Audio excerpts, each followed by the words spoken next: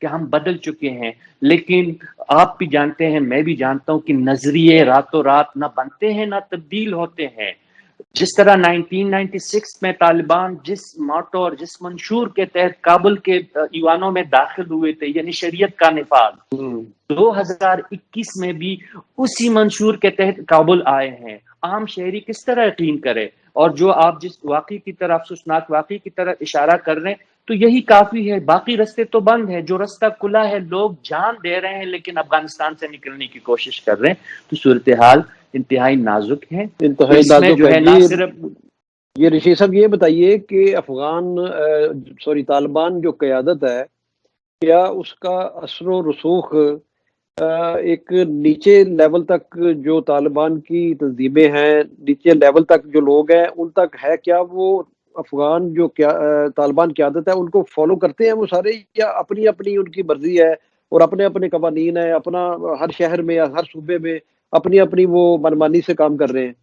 نہیں بٹ صاحب، اس حوالے سے دو پہلو ہے۔ اگر آپ طالبان کی تنظیمی سٹرکچر کی آپ مجھ سے پوچھ رہے ہیں تو بہت مضبوط ہے۔ جو رائٹ۔ 27 رکنی کونسل ہے، شورا ہے، جو کونسل ہے اس میں 27 ممبران ہیں، اس کے اہم ممبر جو ہے، اس کے ہیڈ جو ہے، اس کو جو ہیڈ کر رہے ہیں وہ ہیبت اللہ اخنزادہ صاحب کر رہے ہیں، جو امیر ہے اس وقت تحریک طالبان۔ اور اگر اسلامی امارت قائم ہوتی ہے افغانستان میں تو موسٹ پرابلی وہ امیر المومنین ہوں گے، وہ ان کی قیادت میں جو ہے۔ دوسرے نمبر پہ اگر میں بات کروں، اس وقت دوحہ میں وہ موجود ہے مولوی عبدالحکیم، وہ چیف جسٹس رہے ہیں طالبان حکمرانی کے دور میں، اور اس وقت بھی جو تبلیغات، وہ جو ایک تبلیغات کا ان کا ایک الگ ادارہ ہے، تبلیغ اور ارشاد کے نام سے، یعنی پروپیگنڈا، یا آپ اس کو انفارمیشن منسٹری کا ہے، اس کو بھی وہ ہیڈ کرتے ہیں۔ وہ دوحہ میں موجود ہے، وہ دوسری بڑی اہم شخصیت ہے۔ ملا برادر جو ہے وہ نائب ہے ہیبت اللہ کے، عبد الغنی برادر صاحب، وہ اس وقت کابل میں موجود ہے، وہ تیسری اہم شخصیت ہے۔ سراج الدین حقانی، جس سے مغرب اور اسپیشلی کینیڈا اور امریکہ جیسے ممالک حقانی نیٹ ورک سے بہت زیادہ ڈرتی رہی ہے، وہ نائب امیر کے عہدے پہ فائز ہے۔ اس وقت غالباً وہ قندھار میں مقیم ہے۔ ان کی اپنے ایک انفلوئنس ہے، اور اس سے سب سے بڑھ کے جو ان کے جو چیف آف ملٹری آپریشنز ہیں، مولوی یعقوب، جو ملا عمر کے فرزند ہے، یہ انتہائی اہم شخصیتیں ہیں طالبان کے کمانڈ میں، اور ان کی ہائیلی رسپیکٹ یہ گین کر رہے ہیں، اور انہوں نے اس کو انجوائے کر رہے ہیں، اپنی اتھارٹی کو، ریسپیکٹ کو، گراس روٹ طالبان اور طالبان کے حمایتی حلقے جو افغانستان میں ہیں۔ تو تنظیمی سطح پہ ان کو کوئی مسئلہ ابھی تک نہیں ہے۔ دوسری بات یہ ہے کہ بیعت کا اور جو شریعت کا ایک طرز عمل وہ دینا چاہتے ہیں، اس میں بھی اطاعت امیر ایک بہت بنیادی چیز ہے شریعت کی روح سے۔ تو اس وجہ سے یہ ایڈوانٹیج بھی طالبان قیادت کو حاصل ہے سو فار۔ لیکن آپ کی بات اس لحاظ سے اہم ہے کہ جب یہ لوگ اقتدار میں آئیں گے تو تب کیا ہوگا۔ اقتدار بہت ہی اچھی چیز بھی ہے اور بہت بری چیز بھی ہے، تو تب جا کے پتہ چلے گا کہ اطاعت امیر کی کتنی اطاعت ہوتی ہے۔ تو یہ بہت بڑے چیلنجز ہے میرے خیال میں، اس پہ ہم بہت ارلی، یہ ہماری اگر گفتگو میں اس کو کہوں تو درست ہوگا۔ جب یہ سیٹ اپ بنے گا، دیکھنا یہ ہے کہ طالبان پہلی فرصت میں آیا دنیا طالبان کو اسلامی امارت کا جو ان کا نقشہ ہے وہ کرنے بھی دیتی ہے کہ نہیں، کیا سٹرکچر بنتا ہے، کیا کوئی مخلوط حکومت بنے گی؟ کیونکہ اس وقت جو امریکہ اور سپر پاور جو دنیا کے اور ہیں، سعودی عرب ہو گیا بہت بڑا، اس میں ترکی کا بھی ایک کردار ہے، تو ان کی کوشش ہے کہ ان ٹرم سیٹ اپ میں طالبان کی نمائندگی بھی ہو، اور جو عام پولیٹیکل حلقے ہیں افغانیوں کے، اس کی بھی نمائندگی ہو، اور امریکہ اور مغرب کی بھرپور کوشش ہے کہ علی احمد جلالی صاحب جو ہے، آپ جانتے ہیں کہ واشنگٹن میں عرصہ تک وہ رہے، ڈیفنس یونیورسٹی واشنگٹن میں 20 سال تک پڑھاتے رہے، امریکی شہری رہے، سابق وزیر دفاع رہے، امریکہ سے ان کی نسبت ڈکی چپی بات نہیں ہے، وہ اسٹرانگ کینڈیڈیٹ ہے پولیٹیکل سائٹ پر عبوری سیٹ اپ میں۔ دوسری طرف اب یہ دیکھنا ہے کہ طالبان ان کی نامزدگی کو یا ان کی تعیناتی کو یا ان کو کوئی کردار دینے کے لیے راضی بھی ہوتے کہ نہیں، بہت بڑے چیلنجز ہیں. اٹس ٹو ارلی کہ ہم کوئی کنکلوڈ کریں اس کو. تھینک یو سو مچ. میں سمجھتا ہوں کہ جو اس وقت تک کی صورتحال ہے اس میں بھارت کے علاوہ خطے کے جتنے بھی ممالک ہیں جن کا آپ نے بھی ذکر کیا، ان میں تو کسی حد تک اطمینان پایا جاتا ہے، اور وہ لگتا ہے پرو طالبان لگتے ہیں. چائنا کا بھی ابھی آج وزارت خارجہ کا بیان آیا ہے، اس کے بعد رشیا کا آیا ہے. پاکستان ابھی جو ہے وہ کہہ رہا ہے کہ جو عوام جس کو مینڈیٹ دیں گے ہم اس کے ساتھ ہیں. یہ ایک پوائنٹ آف ویو آ رہا ہے پرائم منسٹر کا بھی اور وزیر خارجہ کا بھی. دوسری طرف بورس جانسن نے کل اپیل کر دی ہے تمام اپنے اتحادیوں سے، یورپین کنٹری سے، کہ وہ جو طالبان کی حکومت شاید بنے تو چند دنوں میں اناؤنس ہو، اس کو آپ نے قبول نہیں کرنا، اس کے ساتھ آپ نے کھڑے نہیں ہونا، اس کو آپ نے نہیں ماننا. اسی طرح امریکہ بھی اس کو نہیں تسلیم کرے گا. تو یہ طالبان جو ہے، یہ جو طالبان کی گورنمنٹ ہوگی یہ تو اسی طرح لٹکی رہے گی، کیونکہ جب تک اس کو امریکہ، یورپین یونین اور اقوام متحدہ تسلیم نہیں کریں گے تو اس کی کیا ورتھ ہوگی، کیا ویلیو ہوگی دنیا میں. جی بٹ صاحب، آپ کی بات درست ہے. اتفاقاً 2 دن پہلے میری بات ہو رہی تھی، بلکہ میں ایک انٹرویو اپنے چینل کے لیے کر رہا تھا. ذبیح اللہ مجاہد جو آفیشیل اسپوکس پرسن ہے افغانستان میں مقیم ہے طالبان کے، ان سے یہی سوال میں نے کیا کہ دنیا بالفرض اگر آپ اپنی عمارت، اور یا جو سو کال وہ اس کو اسلامی عمارت کہتے ہیں، اگر آپ اس سلطنت کو یا اس حکمرانی کے طرز کو قائم کرنے میں کامیاب بھی ہوتے ہیں تو دنیا آپ کی لیجیٹیمیسی کو کس طرح دیکھے گی، آپ کس طرح دنیا کے سامنے اپنے آپ کو منوائیں گے. تو انہوں نے بڑا سادہ سا جواب دیا تھا اس کا. انہوں نے کہا کہ دیکھیں، ہماری تو کوشش یہی ہے کہ ہم دنیا کو دکھائیں کہ ہم تبدیل ہو چکے ہیں. ہم ویمن ایجوکیشن پہ لوگوں کو اعتراضات تھے، ہم اس کو لاگو کر رہے ہیں. میڈیا ہم سے ڈر رہا تھا. میں آپ سے بات کر رہا ہوں اور آپ کو یقین دہانی کروا رہا ہوں کہ آئندہ بھی میڈیا سے اسلامی عمارت کا یا طالبان کی قیادت کا اسی طرح رابطہ رہے گا. میڈیا آؤٹ لیٹس کی جو ہے افغانستان میں تحفظ کی جائے گی، انہیں کچھ نہیں کہا جائے گا.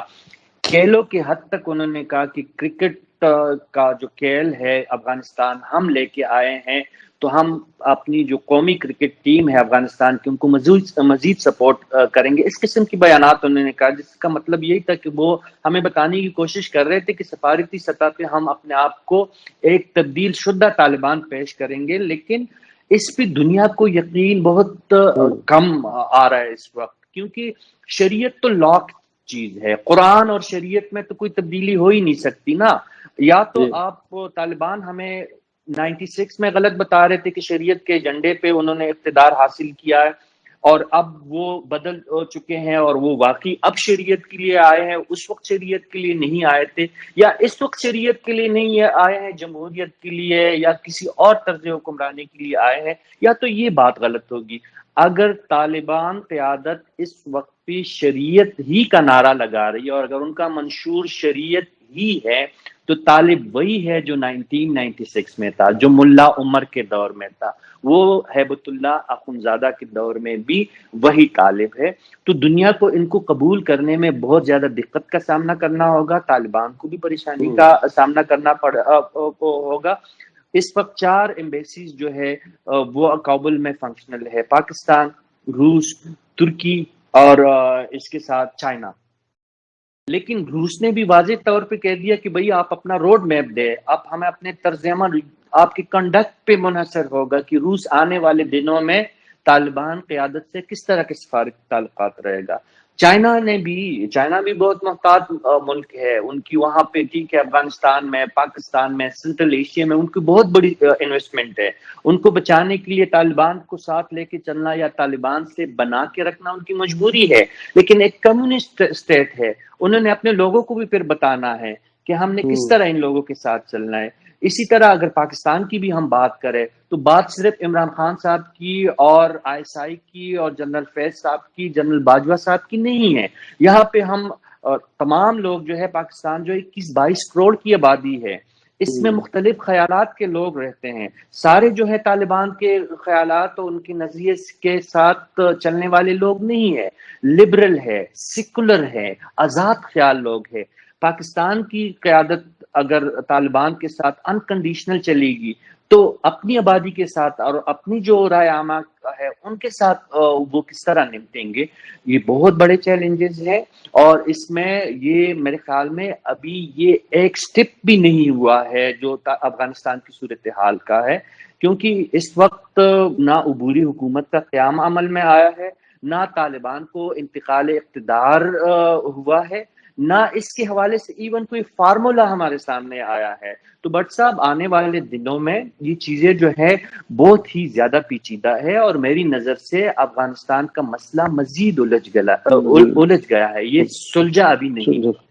جی صافی صاحب یہ بتائیے گا، ابھی میں بلکہ آپ سے شیئر کرتا ہوں کہ یہاں جہاں ہمارا آفس ہے اس کے نیچے ایک افغانی ہے، وہ 25 سال پہلے مائگریٹ کر کے آگے تھے، تو ان سے میری ایسے ہی جب میں اوپر آفس آ رہا تھا تو بات ہیلو آئی ان سے ہوئی، تو انہوں نے کہا جی کابل میں افغانستان میں میرے ان لاز ہیں، ہمارے رشتے دار ہیں اور سب کچھ ہیں، تو وہ یعنی اس نے ایک قسم کی بیگنگ کی کہ ہمیں ہمارے جو وہاں بیٹھے ہیں عزیز رشتے دار عام لوگ جو ہیں ان کو صرف وہاں پر امن چاہیے، ان کو روٹی کپڑا مکان والی جو ایک سچویشن ہے، بنیادی جو ضرورت ہے وہ چاہیے، اور ایک تحفظ چاہیے، باقی ہمیں کچھ نہیں چاہیے وہاں پہ۔ ہم لوگ آلریڈی پچھلے 40 سال سے یہ بھگت رہے ہیں، پہلے رشیا کو بھگتا، پھر 20 سال امریکہ کو بھگتا۔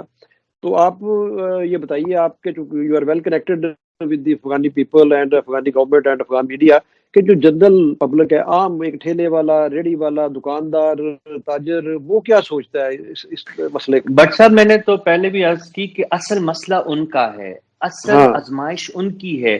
طالبان قیادت پہلے تھی کہ قندھار اور کنڑ اور پہاڑوں کی پہ مقیم تھی، اور بہت سخت زندگی انہوں نے 20 سال گزارے، اور جس طرح میں نے آپ کا اپنے انٹرویو کا ذکر کیا تو ذبیح اللہ مجاہد صاحب کا یہ دعویٰ تھا کہ ہم نے خشک روٹی کھا کے اور گھی کے ڈبوں سے لینڈ مائن بنا کے امریکی ٹینکوں کا مقابلہ کیا تھا۔ اور اب اگر ہمیں افغان عوام ویلکم کر رہی ہے اور ہمیں اقتدار کے دروازے افغان عوام جو ہے کھول کے دے رہے ہیں، تو دنیا کو یہ حق نہیں پہنچتا کہ ان کی لیجیٹیمیسی پہ بات کرے۔ یہ افغانیوں کا فیصلہ، اگر ان کو شریعت اور طالبان چاہیے تو دنیا کو اس میں کوئی سروکار دنیا کا نہیں ہونا چاہیے۔ لیکن جو آپ جس اصل انسانی مسئلے کی طرف اشارہ بٹ صاحب کر رہے ہیں وہ بہت ہی اہم ہے۔ اصل مسئلہ جو ہے میرے طرح اور آپ کی طرح جو عام افغان شہری ہے جو اس وقت محصور ہے، میں اس کو مقیم نہیں ہے، اگر آپ افغانی عوام کو اس وقت بھی آپشن دے دیں اور دروازے کھول دے دنیا کے ان کی یہ، تو میرے حساب سے اگر ٹوٹل نہیں تو 50% افغانی جو ہے افغانستان سے نکلنا چاہیں گے۔ کوئی پاکستان آنا چاہیں گے، کوئی امریکہ، کوئی کینیڈا، کوئی ترکی، کوئی ایران، کوئی تاجکستان، ازبکستان، لیکن وہ اس وقت مقید ہے، ایک بہت بڑے جیل میں مقید ہے۔ عام عوام کی میں بات کر رہا ہوں، تو اصل مسئلہ ان کا روٹی کا ہے، اصل مسئلہ جو ہے وہ ان کی دوائی کا ہے۔ اصل مسئلہ دیکھیں کرونا کا زمانہ ہے، ہمارے ساؤتھ ایشیا اور سینٹرل ایشیا میں اس وقت ڈیلٹا ویریئنٹ جو ہے اس کا 4th ویو جو ہے ویریئنٹ وہ بلوم پہ ہے۔ پاکستان میں لوگ جو ہے 100 150 اور 100 کے لگ بھگ لوگ ڈیلی مر رہے ہیں۔ افغانستان سے سرے سے رپورٹ نہیں ہو رہے، لیکن وہ بھی انسان ہے، انہیں بھی اس وبا سے خطرہ ہے، کوئی اس جانب نہیں دیکھ رہے۔ افغانستان کابل کی گلیوں میں اس وقت ہزاروں خاندان جو ہے کھلے آسمان تلے موجود ہے۔ ہم یہاں پہ میرے سامنے بھی ماسک پڑا ہے، آپ بھی جو ہے ویکسینیٹڈ ہوں گے، میں بھی ویکسینیٹڈ ہوں، لیکن عام افغان عوام جو ہے نا وہ نہ صرف ان خطرات سے، سیکیورٹی کے خطرات سے دوچار ہے، بلکہ بھوک کے خطرے سے بھی دوچار ہے، اور بیماریاں جو ہے اسپیشلی کورونا کی جو وبا ہے دنیا اس سے بھی بری طرح دوچار ہے۔ دنیا اس جانب نہ تو دیکھ رہی ہے، نہ ان کی توجہ ہے۔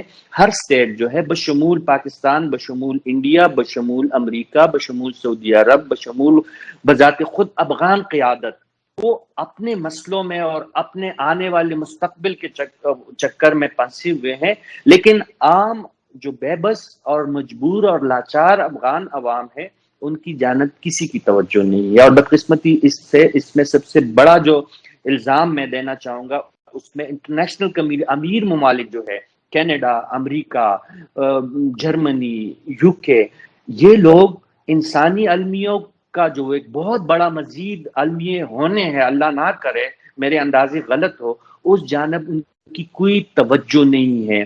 عالمی ادارے جو ہے، یو این کے ادارے، اس بات کے لیے تو بالکل تیار بیٹھے تھے کہ اس وقت بھی افغان قیادت جو دوحہ میں بیٹھی ہے، اس سے پہلے چائنا گئی ہے یا روس گئے ہیں، ان کو پاسپورٹیں تک دلانے میں تو یو این بہت پیش تھا، لیکن آج پاکستان سے نہیں، یو این اور U N H C R کے ادارے کہہ رہے کہ دروازے کھول لو افغان مہاجرین کے، نہ تاجکستان کو کہہ رہے، نہ ازبکستان کو کہہ رہے، نہ ترکمانستان کو، نہ ایران کو، اور نہ چائنا کو، نہ انڈیا کو مجبور کیا جا رہا ہے۔ یو این کی اتنی بڑی اگر چھتری ہے تو انسانی ہمدردی کے تحت کہہ دیں ان ممالک کو، انٹرنیشنل کمیونٹی کے کہہ دیں کہ طالبان کے ساتھ جو کرنا ہے سیاسی طور پر اور جنگی طور پر ان کے ساتھ کرے، جو افغان قیادت ہے ان کے ساتھ جو بھی آپ کے معاملات ہے، دنیا اٹھ کڑی ہو، اور اس بڑا المیہ جو وہاں پہ رونما ہوا ہے انسانی، اس المیوں کا سلسلہ رکنا چاہیے دنیا کو بھی اور انٹرنیشنل کمیونٹی کو۔ تو آپ نے بہت اچھا نقطہ اٹھایا ہے، جی اس جی جانب کسی جی کی توجہ صافی نہیں ہے۔ صاحب، میں اس نیوز کے ساتھ آپ کو اپڈیٹ کرنا چاہتا ہوں کہ کل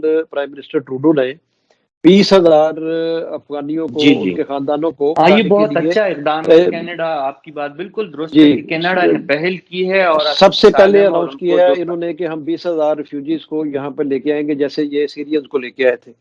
تو یہاں کا تو دیکھیں، آپ کو پتہ ہے لائف سٹائل سٹینڈرڈ یہ بہت اچھا ہے، اور وہ اس طرح کا نہیں ہے جیسے پاکستان میں یا ایران میں یہ ریفیوجیز رہ رہے ہیں۔ لیکن وی تو نیڈ اسی still long way to go, اور ہمیں اس میں بہت ساری چیزیں کرنا ہے، اس میں پاکستان کو بھی کردار ادا کرنا چاہیے، اس میں امیر ممالک کو کردار ادا کرنا چاہیے، اس میں یو این کے اداروں کو کردار ادا کرنا جی ہاں، چاہیے، بالکل بالکل انسانی بالکل۔ المیوں کو جو ہے اس کو ہمیں ہوں، بچانا ہوگا، چلو اس کی راہ روکنا پڑے گا ہمیں۔ جی، رشید صافی صاحب، تھینک یو سو مچ، آپ نے تھینک بڑا یو، اپنا قیمتی ٹائم میں سے ہمیں دیا وقت، اور انشاءاللہ فیوچر میں بھی آپ سے کچھ بات چیت کرتے رہیں گے، اپڈیٹ لیتے رہیں گے۔ For thank the time you being very thank much, you so much, اللہ حافظ۔ تھینک یو ویری مچ، اللہ حافظ، تھینک اللہ یو۔ حافظ۔